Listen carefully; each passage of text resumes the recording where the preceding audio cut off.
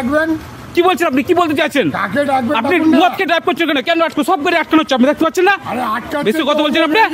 আপনি বেরোন চুপচাপ এখান থেকে। ফেলে দিবেন কেন? কেন ঠেলবো না? প্রত্যেকটা গাড়ি ঠেলা হচ্ছে। 100 বার ঠেলবে, হ্যাঁ 100 বার ঠেলবে, থেকে রেখে দিবেন। বেরিয়াল 100 বার ঠেলবে। মদ খেয়ে ড্রাইভ করছে আর ভাষণ দিয়েছে সভাপতি। বেরিয়াল ভাষণ মারছেন আপনি। সভাপতি আপনি? এই যে সভাপতি, ফালতু কথা বলছেন। এটা সভাপতি, তৃণমূলের সভাপতি। এটা আপনি বাপের রাস্তা, বাপের রাস্তা আছেন আপনি? বাপের রাস্তা কথা বলছেন আপনি? বাপের কি? আপনি জনগণ আছেন, মদকে ড্রাইভ করবেন? কথা বলছেন না? কাজ কি করছে এখানে? বেশি কথা বলছেন আপনি। হ্যাঁ চিৎকার করবেন না। চিৎকার আপনি অভদ্র চিৎকার করে যাচ্ছেন। এই চিৎকার করছেন না? কে চিৎকার করছিল? না না, হ্যাঁ কে চিৎকার করছিল? আপনি কে চিৎকার করছিল? কে চিৎকার করছে? হ্যাঁ সভাপতি যাচ্ছেন আপনি, তার সঙ্গে কথা বলছেন আপনি? আরে আপনার ভোট দিন এন্ডা হয়ে যাবে। একদম। মদ্যপ অবস্থায় পুলিশের সাথে বচসার জড়ালো গঙ্গারামপুর পঞ্চায়েত সমিতির সভাপতি বিউটি সরকারের স্বামী সঞ্জয় সরকার। ঘটনায় ভিডিওর ভাইরাল সোশ্যাল মিডিয়ায়। ঘটনার প্রকাশ্যে আসতেই রাজনৈতিক মহলে তীব্র চাঞ্চল্যকর পরিস্থিতির সৃষ্টি হয়েছে। ভিডিওটি ভাইরাল হওয়ার পর বিজেপির জেলা সভাপতি স্বরূপ চৌধুরী এই ঘটনার তীব্র নিন্দা জানিয়েছেন। তাদের অভিযোগ, শাসক দলের ঘনিষ্ঠরা বারবার আইনকে বুড়ো আঙুল দেখাচ্ছেন, প্রশাসনের প্রতি কোনো ভয় নেই। সঞ্জয় সরকারের পক্ষ থেকে দাবি করা হয়েছে এই ভিডিওটি বর্তমান সময়ের নয়, বরং 1 মাস আগের। তার কথায়, সেদিন আমি বুনিয়াদপুর যাচ্ছিলাম, তখন পুলিশ কর্মীরা হঠাৎ তার গাড়ির সামনে ব্যারিকেড দিয়ে দিলে আমার গাড়ির ক্ষতিগ্রস্ত হয়। সেই সময় কিছু কথা কাটাকাটি হয়েছিল। তারই ভিডিও এখন ভাইরাল করা হচ্ছে আমাকে হেয় করার জন্য। তৃণমূলের জেলা সভাপতি সুভাষ ভাওয়াল বলেন, নিন্দনীয় ঘটনা এটি। এ বিষয়ে আমি ব্লক সভাপতির কথা শুনব। এবং এদিকে এই ঘটনায় প্রশ্ন উঠতে শুরু করেছে, কি করে পঞ্চায়েত সমিতির সভাপতির নেমপ্লেট লাগানো গাড়ি ব্যবহার করে তার স্বামী ঘুরে বেড়াচ্ছেন। পাশাপাশি ঘটনাকে কেন্দ্র করে জেলা জুড়ে সাধারণ মানুষের মধ্যেও চাঞ্চল্য ছড়িয়েছে।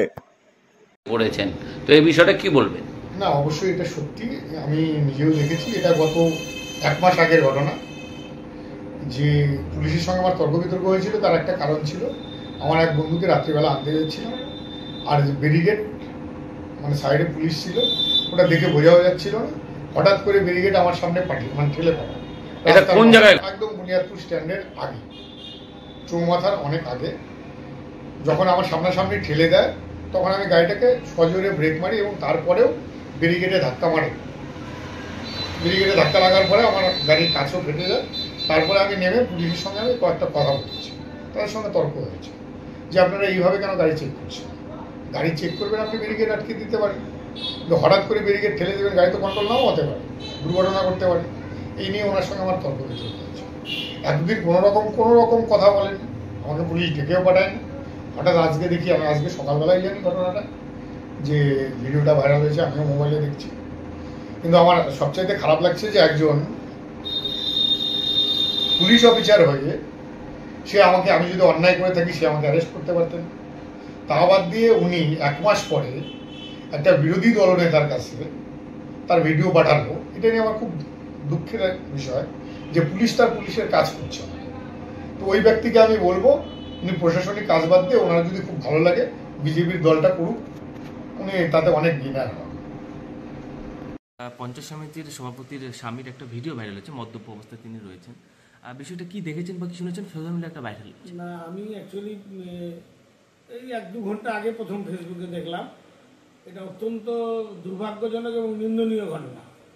আমরা যারা জনপ্রতিনিধি, তাদের আরও বেশি সতর্ক হওয়া উচিত যে সরকারি পদ ব্যবহার করে আমরা যেন কখনোই ব্যক্তিগত স্বার্থ বা উশৃঙ্খলতা আচরণ না করি। তো সভাপতি বোর্ড লাগানো একটা গাড়ি, সেটা অনেক রাত্রে মদ্যপ অবস্থায়, অ্যাকচুয়ালি ঘটনা কী হয়েছে আমি জানি না। তবে ভিডিওটা দেখার পরেই গঙ্গারামপুরের ব্লক প্রেসিডেন্টের কাছে আমি জানতে চেয়েছি যে ঘটনাটা কী হয়েছে। সেটা জানলে হয়তো আরও ভালো বলতে পারতাম। তবে নিন্দনীয়, এটা এখন বলছি। আর এখান থেকে ফেরার সময় আমি গঙ্গারামপুর সভাপতির সঙ্গে দেখা করব, ওনাকে বলবো যে ওনার গাড়িটা যেন ব্যক্তিগত কাজে ব্যবহার না হয়। আর যদি গাড়িটা ব্যক্তিগত হয়ে থাকে, তাহলে বোর্ডটা যেন খুলে রাখা হয়। এটাই সবাইকে বলা থাকে যে আমরা ব্যক্তিগত যে পদেই থাকি না কেন, আমার বোর্ড লাগানো গাড়ি নিয়ে আমার ছেলে উশৃঙ্খল আচরণ করবে, এটা কখনোই পার্টি বরদাস্ত করবে না। তো দেখি, যাওয়ার সময় সভাপতির সঙ্গে কথা বলবো, আর বিস্তারিত জানতে পারলে তখন জানাবো। তবে ঘটনা নিন্দনীয়, এ বিষয়ে কোনো সন্দেহ নেই। বিজেপি একটা অভিযোগ করছে এখান থেকে যে রাত্রের বেলা এরকম মানে রাস্তার মধ্যে এরকম একটা ঘটনা ঘটছে, পুলিশ প্রশাসনের কোনো ভূমিকা নেই, সেটা নিয়ে কি বলবেন? না না, দেখেন, অ্যাকচুয়ালি রাত্রি 10টা 11টা বা 12টার সময় যদি কোনো একটা ঘটনা ঘটে, একবারে পুলিশ সিনেমার মতো এসে উপস্থিত হবে, এটা তো হতে পারে না। কিন্তু পুলিশের সাহায্য চেয়ে কেউ পায়নি এমন অভিযোগও কিন্তু নাই। যে ভদ্রলোকের দেখলাম যার সঙ্গে তর্ক হচ্ছে, উনিও কিন্তু বলেননি যে পুলিশকে আমি ডাকছি। তো ডাকলে নিশ্চয়ই পুলিশ যেত, এবং রাত্রে পেট্রোলিং তো থাকেও কম বেশি। এবার ঘটনাটা হয়তো আধ ঘন্টা বা 30 মিনিটের হয়েছে, সেই মুহূর্তে হয়তো পুলিশ আসেনি। তবে পুলিশের সাহায্য অবশ্যই পাওয়া যাবে, এই বিষয়ে কোনো সন্দেহ নেই।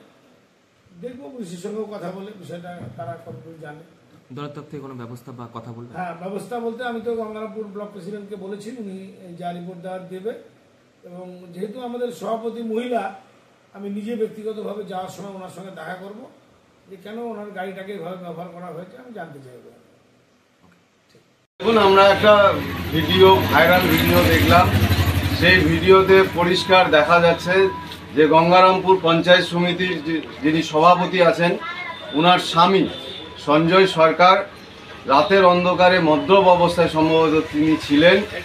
আর এই মদ্যপ অবস্থায় যেভাবে পুলিশ হয়ে হয়তো নাগাছে কিংবা অন্য কিছু একটা ছিল, সেখানে যেভাবে তাকে বাকবিতণ্ডায় বা তার যে বক্তব্য আমরা শুনলাম, অশ্লীলভাবে যেভাবে তিনি আর বক্তব্য রাখছেন।